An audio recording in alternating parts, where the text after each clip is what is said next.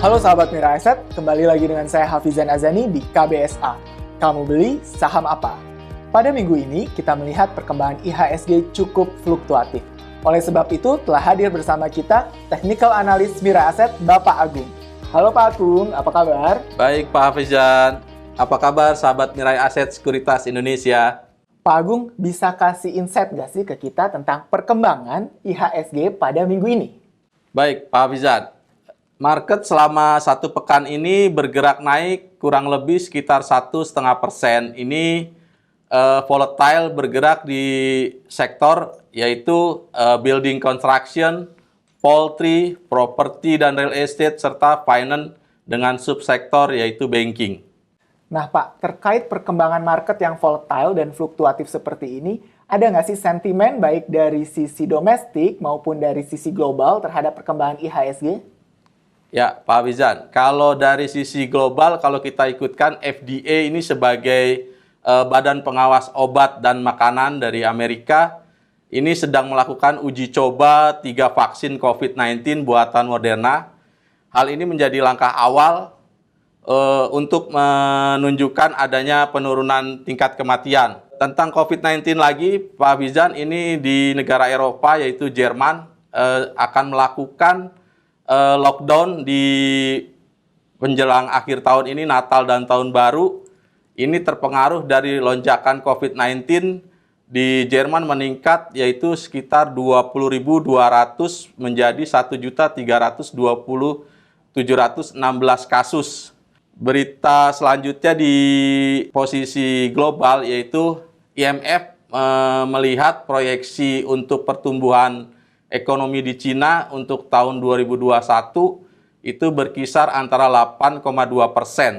Proyeksi dari IMF melihat angka untuk tahun 2021, sedangkan di tahun ini prediksi ada di kisaran 1,9%.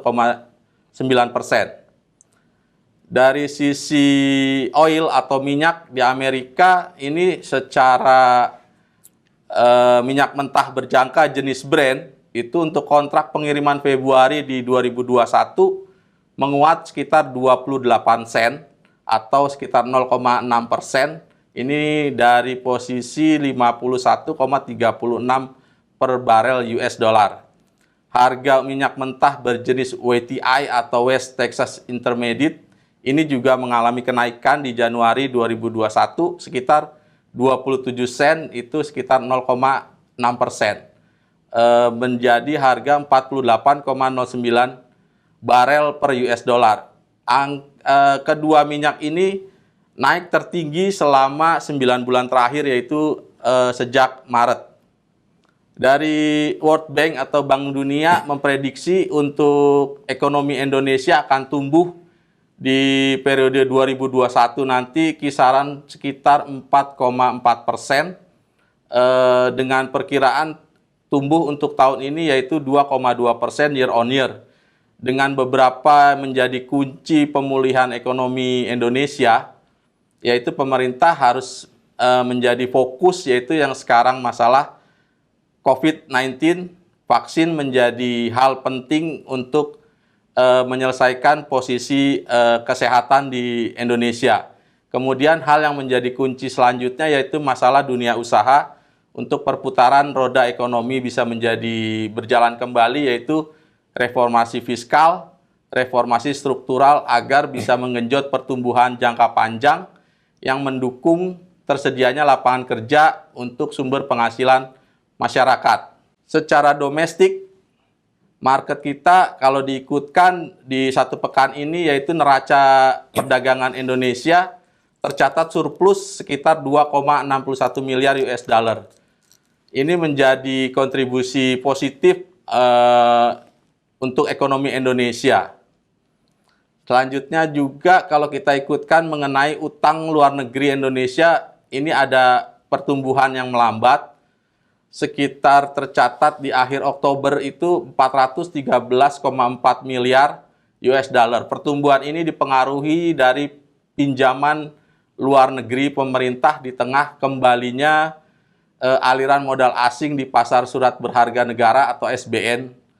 dengan ketidakpastiannya keuangan di global, ini yang menurun persepsi positif untuk investor melihat perbaikan perekonomian domestik kita. OJK menyiapkan 3 fokus untuk pemulihan industri keuangan. Sebagai regulasi menyiapkan yaitu pertama kinerja kredit, kedua konsolidasi perbankan, dan ketiga keuangan digital. Untuk SWF atau Sovereign Wealth Fund ini juga berdampak positif untuk domestik, yaitu dengan masuknya beberapa negara yang sudah siap menyalurkan dananya atau investasi di Indonesia. Salah satunya yaitu Uni Emirat Arab yang akan menanamkan modal kurang lebih sekitar 22,8 miliar US dollar, dan Amerika sendiri sudah menyiapkan sekitar 2 miliar US dollar, serta Jepang menyiapkan 4 miliar US dollar. Sektor yang menjadi keuntungan yaitu segmen di infrastruktur dengan pembangunan jalan tol yang masih menjadi proyek strategis nasional dengan 54 proyek dari total 201 proyek strategis nasional yang disiapkan oleh pemerintah Indonesia. Thank you Pak Agung. Kalau kita lihat kan beritanya cukup variatif ya, ada good news, ada bad news juga. Ya. Nah mungkin hal ini yang menyebabkan IHSG di minggu ini fluktuatif.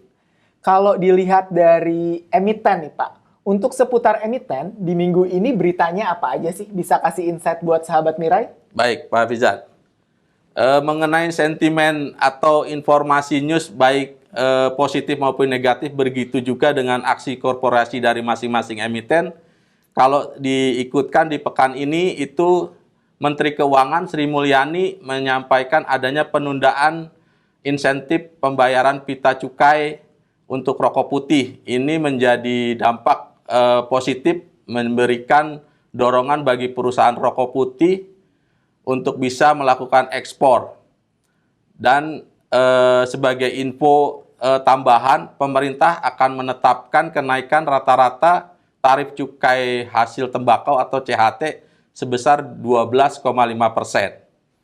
Untuk emiten Hoki, ini akan membentuk anak usaha baru, yaitu PT Hoki Distribusi Niaga, melalui corporate sekretarinya Victor Lanes. Ini menyatakan bahwa modal dasar pendirian anak usaha kurang lebih sekitar 500 juta rupiah. Dengan komposisi kepemilikan Hoki sebesar 70% dan Adi Wijaya serta Budiman masing-masing sebesar 15%. Dengan pembentukan anak usaha ini membuat sangat produktif dan positif untuk kelangsungan usaha Hoki tersebut. Informasi mengenai emiten selanjutnya yaitu IRRA atau Itama Rano Raya. Ini meraih kontrak kurang lebih sekitar 600.000 unit swab antigen. Ini yang didapat dari Badan Nasional Penanggulangan Bencana BNPB, yaitu mengenai peralatan dan perlengkapan medis berteknologi tinggi. Produk COVID swab antigen buatan IRA ini milik Abbott dengan nama Panbio, ini telah mendapatkan approval dari WHO, yaitu World Health Organization. Untuk emiten selanjutnya, Mitra Bahtera itu mendapatkan kontrak pengangkutan batu bara dari Kideko Jaya Agung itu sebesar 147 miliar rupiah. Mitra Bahtera dan Kideko ini merupakan perusahaan terafiliasi karena memiliki induk usaha yang sama, yaitu PT Indika Energi atau dengan kode sahamnya INDY. Dalam kontrak tersebut menggunakan kapal tunda atau takbut dan tongkang untuk mengangkut batu bara Kideko Jaya Agung. Batu bara ini digunakan untuk proyek PLTU Jawa 7. Dengan kerjasama ini jangka waktunya kurang lebih di jatuh tempo 5 November 2021. Emiten selanjutnya yaitu Lipo Karawaci, ini membidik atau marketing sales pada 2021 meningkat 3,5 triliun atau naik sekitar 40% dari target 2020 yang hanya sebesar 2,5 triliun rupiah. Selain ekspansi di dalam negeri, Perseroan juga siap memaksimalkan pengelolaan dana investasi real estate atau biasa disingkat dengan DIRE. Yang anak usahanya tercatat di Bursa Efek Singapura. Untuk informasi emiten mengenai MOU pabrik baterai mobil listrik, ini akan diteken di dalam pekan ini antara LG Energy Solution dengan Indonesia Battery Holding terkait pembangunan mobil baterai listrik. Ini dengan kerjasama BUMN Indonesia di samping Contemporary Amperex Teknologi dari Cina. Saham yang melakukan aksi korporasi yaitu right issue. Di sini ada saham BEX, Bank Pembangunan Daerah Banten. Ini yang baru melakukan hari kemarin di tanggal 17, yaitu KUM di harga Rp50, KUM date-nya, dan ex date hari ini itu ditutup naik di harga Rp102, yaitu sekitar 34,21%. Pada saat di hari KUM kemarin itu ditutup turun di angka Rp76, yaitu sekitar 6,85%. Recording date-nya tercatat nanti di tanggal 21. Kalau kita lihat rasio HMETD-nya untuk saham BEX ini, untuk saham lama setiap 10.000 lembar saham berhak memiliki 94.869 saham baru. Untuk saham-saham yang baru listing atau IPO di Bursa Efek Indonesia yang masih hangat hari ini yaitu PMMP Panca Mitra Multi Perdana. Ini bergerak di bidang industri pengolahan udang, pembekuan udang, dan perdagangan merek dagang Leader dan Ebinoya dengan harga exercise di Rp336. Listing hari ini, penutupan di sesi tadi terakhir di harga Rp386, kenaikan 14,88%. Yang kedua IPO yaitu FICI, yaitu Victoria Care Indonesia. Ini bergerak di bidang industri pengolahan dan distribusi produk kosmetik dan perlengkapan mandi. Merek-mereknya yaitu Miranda, Herboris, Victoria, Six Sense, Iria, Nurface, CBD. Saham ini listing di harga Rp100. Itu di hari pertama naik langsung 35% atau auto reject atas. Dan di hari kedua hari ini juga melanjutkan kenaikan auto reject atas di Rp182 dengan naik 34,81%. Jadi pekan ini cukup banyak ya aksi korporasi dan informasi seputar emiten. Nah nih Pak, kalau saya lihat kan perkembangan IHSG ini cukup fluktuatif nih di minggu ini. Saya penasaran nih mengenai aksi jual dan beli asing di minggu ini. Seperti apa detailnya? Bisa kasih insight ke sahabat Mira nggak? Baik. Untuk pekan ini perdagangan asing bergerak dari Senin hingga Kamis dalam posisi net buy. Di satu hari ini di Jumat itu cukup signifikan dengan posisi net sell yang sangat drastis sehingga membuat total net sell asing menjadi 288 miliar. Hari ini asing melakukan penjualan sekitar 2.679 miliar atau 2,6 triliun.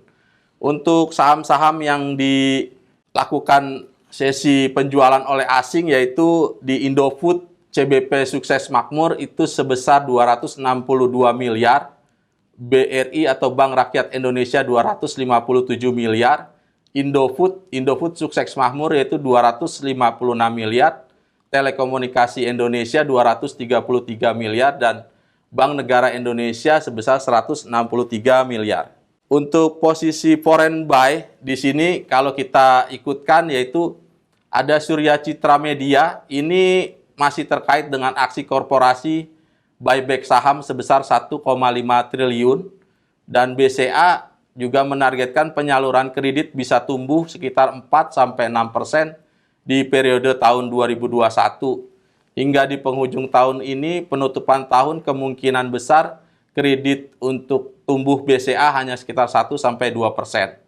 Untuk saham Astra terkait masalah anggaran belanja modal sekitar 20 triliun hingga 30 triliun di periode 2021. Itu pilihan saham-saham yang asing dalam posisi net buy, Pak Hafizan. Oke Pak Agung, thank you update-nya mengenai pergerakan transaksi asing. Nah sekarang ini kita penasaran nih, sebenarnya kalau di YP sendiri, di Mirai Aset, saham-saham apa sih yang sedang diburu oleh investor YP, terutama investor retail? Saham-saham yang diburu oleh investor Mirai Aset Sekuritas Indonesia secara umum melakukan pembelian yaitu di aneka tambang sebanyak 119 miliar. Ini terpengaruh juga dengan saham Inco atau Vale Indonesia terkait tadi di awal saya sampaikan yaitu masalah kontrak produsen untuk EV baterai atau electric vehicle untuk kendaraan listrik yang bekerja sama dengan BUMN Indonesia. Dan posisi Indofood Sukses Makmur ini ada transaksi sekitar 58 miliar. Ini juga terpengaruh dari laba usaha yang naik sekitar 21% dari 8,63 triliun dari yang sebelumnya yaitu sekitar 7,15 triliun.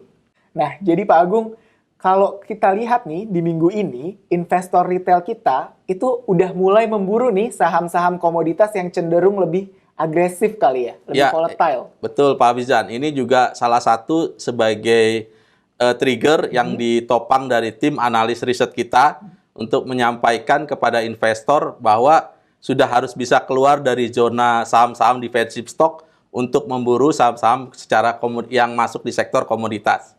Oke, berarti untuk minggu ini nih Pak, untuk seluruh sahabat Mirai Aset, bisa kasih stock recommendation nggak untuk KBSA minggu ini? Baik, Pak Hafizan. Untuk saham-saham yang menjadi rekomendasi di satu pekan ke depan, ini kalau kita ikutkan, yaitu terakhir kami baru coba merilis masalah stock on fire, yaitu di sektor poultry. Cuma pilihan dari analis riset kita yaitu saham Japfa, yaitu Japfa Comfit Indonesia yang hari ini ditutup naik 1,86% di harga 1.635. Ini dengan pivot di hari ini yaitu di 1.632 dengan posisi target price kalau kita ikutkan di ke depan dengan harga 1.870 hingga 2.430 apabila memang posisi agresif di sektor poultry dengan support di 1.595 hingga 1.550 dengan resisten 1.700 hingga 1.745. Japfa sendiri memang ada melakukan aksi yaitu pelepasan sekitar 80% kepemilikan sahamnya di Greenfields Dairy Singapura kepada TPG dan Northern Stars Group.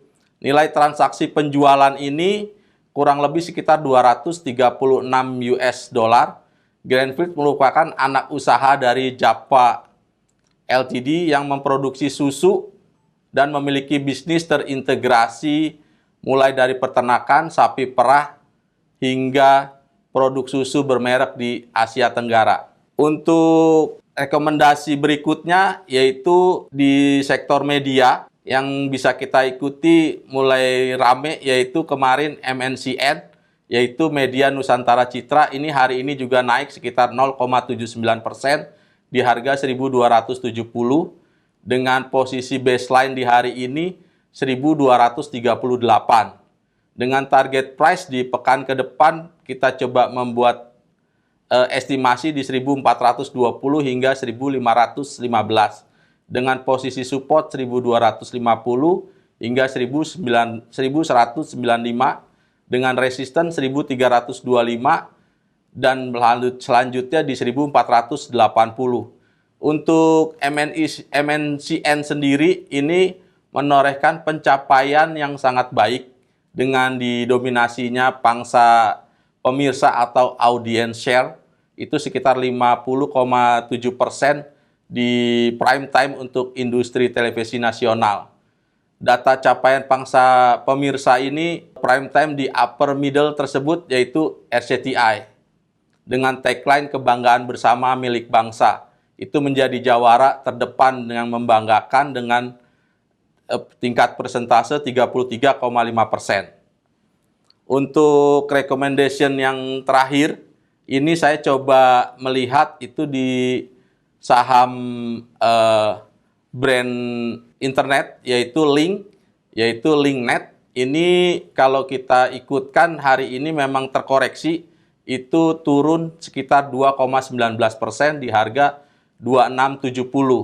Untuk Link sendiri ini merupakan brand First Media, menjalin kerjasama kemitraan dengan Asosiasi Pengusaha Retail Indonesia atau APRindo dalam penyediaan layanan broadband, internet, kabel TV, dan periklanan digital.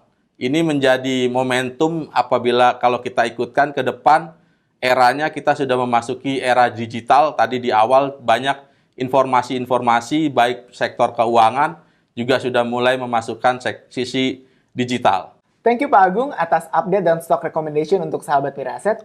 Sama-sama Pak Hafizan. Oke. Sahabat Mira Aset, semoga stock recommendation dan update yang sudah diberikan dari technical analyst dan research Mira Aset dapat berguna bagi sahabat Mira Aset dalam mengambil keputusan. Jangan lupa klik tombol subscribe agar dapat menantikan acara-acara KBSA berikutnya. Sampai jumpa di KBSA episode berikutnya. Happy cuan! Happy cuan!